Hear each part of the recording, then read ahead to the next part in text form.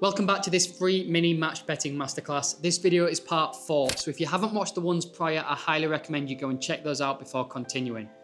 Now in the last video, we banked our very first bit of match betting profit. But to continue making money in the long term, it's important that you stay under the radar, keep your accounts healthy and avoid being gubbed. This is a mistake I made when starting out. As discussed in the first video, match betting breaks no rules and is completely legal. But bookmakers hate it because you're not supposed to win.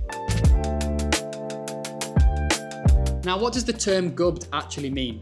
Essentially, it's when bookmakers exclude you from promotions and apply limits to the amounts you can bet. You can still place bets, but often at a much lower stake, maybe only a couple of pounds. They do this when they spot betting patterns that look like match betting, such as only taking advantage of high value offers or always laying off betting petitions. But the good news is, with a few simple habits, we can delay or avoid this for months or even years. Here are a couple of my top tips to keep your account nice and healthy. So firstly, place mug bets. Every now and then, place a bet without laying it off. Think of this as like a tax on your winnings. After all, match betting profits are tax-free. A £2 ACCA or a £5 bet on match results help to disguise you as a regular punter, which goes a very long way. Secondly, keep your stakes sensible. You may be thinking, if I can stake £10 to make 5, then surely I can stake 1,000 to make 500. Well, in short, yes, but you'll almost certainly be gubbed afterwards. It's also a good idea to keep your stakes low just in case you make a mistake. That way, it's not an expensive one. I go into much more detail about account longevity techniques in the full course, but that's just a whistle-stop tour.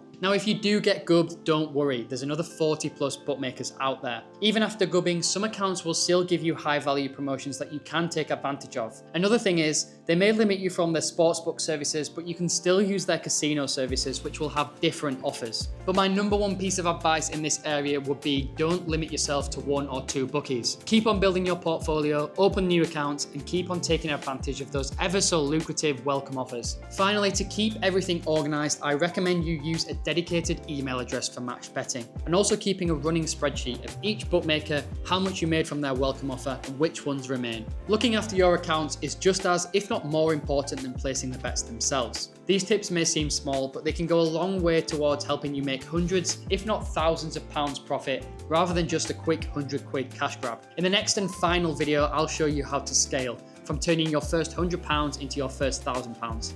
See you in the next one.